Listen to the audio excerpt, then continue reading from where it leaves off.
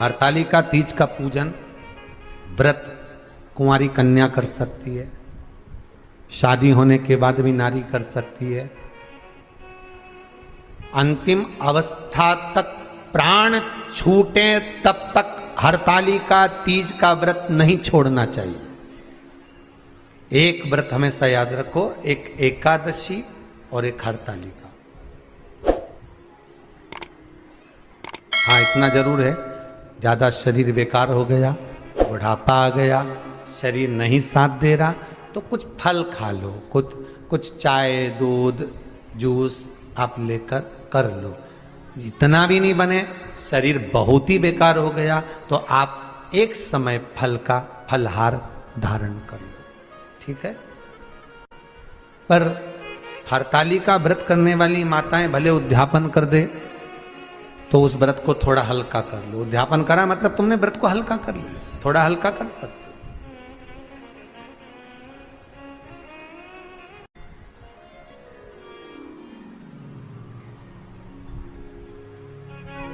हरतालिका तीज का जो व्रत का उद्यापन करते हैं उसमें 5 चीज रखते हैं ना, 5 कपड़े स्त्री के, 5 कपड़े पुरुष के, 5 तरह का अनाज, 5 तरह का फलहार, 5 तरह का फल।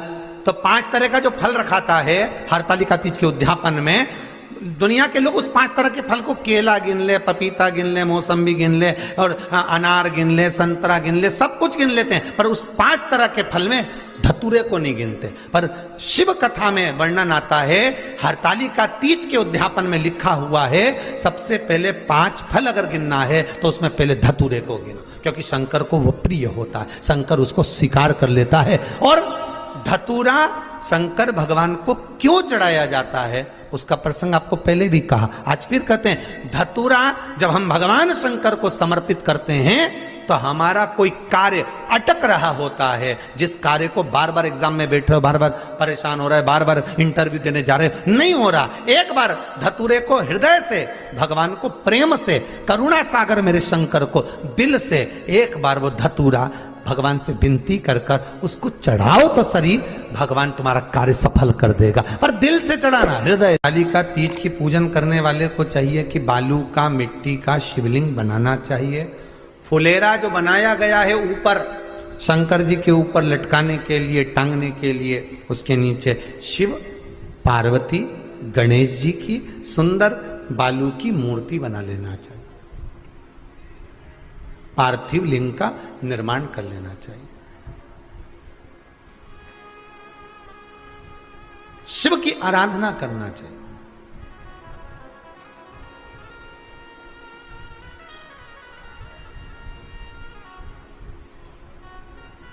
जो फल आपके पास में हो शंकर को समर्पित करना चाहिए, पूजन करना चाहिए,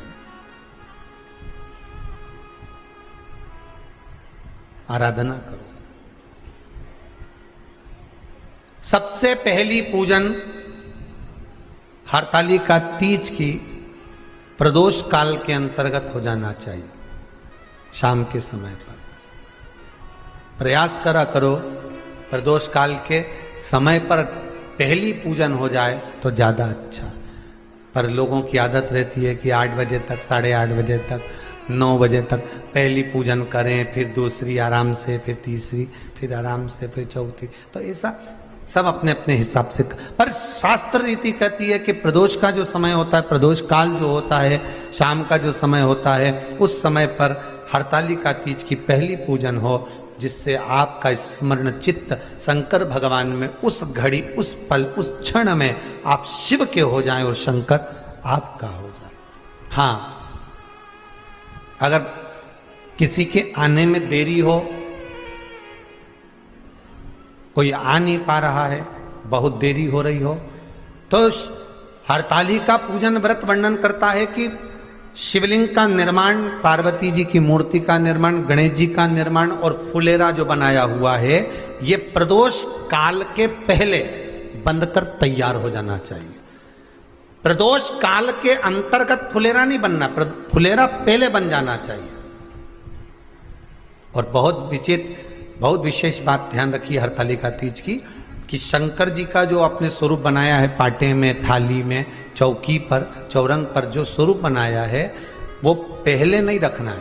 पहले क्या बांधना है? फुलेरा।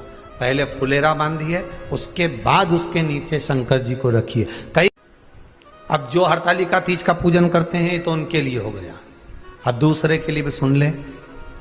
जो नारी हरतालिका तीज का पूजन नहीं करती, व्रत नहीं करती, साधना नहीं करती, उसके लिए भी कहा गया कि आप अगर ये व्रत नहीं करते हो तो एक कार्य जरूर करना, कहीं पर फुलेरा बंधा हो, हरतालिका की पूजन हो रही हो, 5 मिनट 10 मिनट निकालकर अपने आसपास के किसी पौधे में से पत्तियां लेकर या पुष्प लेकर, 5 वृक्ष की पत्ती या 5 वृक्ष के पुष्प लेकर शंकर भगवान को जब पूजन हो रही हो, 5 मिनट माताएं जब पूजन कर रही हों, तब आप भी उस पुष्प को, उस पत्तियों को शंकर को समर्पित कर सकते हो। ये नहीं चढ़ा सकते तो 5 फल नहीं चढ़ा सकते तो 5 कुछ भी पुष्प आदि का आप शिव को समर्पित करो।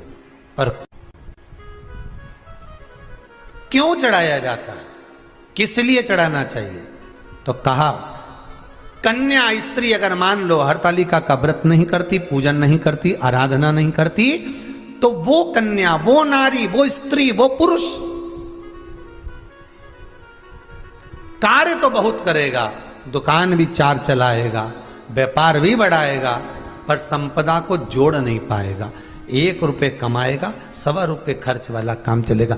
हस्त नक्षत्र में जो तृतीया पड़ती है, हस्त नक्षत्र के अंतर्गत जो तृतीया का महत्व कहा गया है, वो संपदा को बढ़ाती है, मनोकामना को पूर्ण करती है। इस नक्षत्र के अंतर्गत जो तृतीया आती है वो मनोकामना को पूर्ण कर कर चली जाती है। इसलिए शिव की आराधना के लिए प्रथम माने।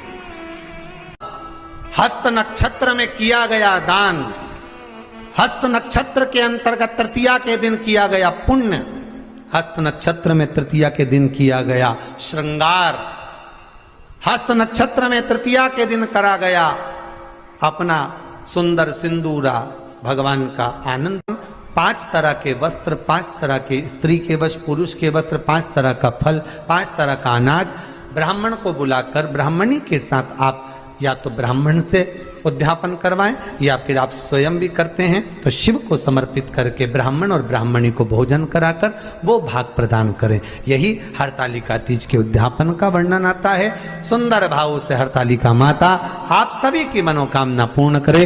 हर हर महा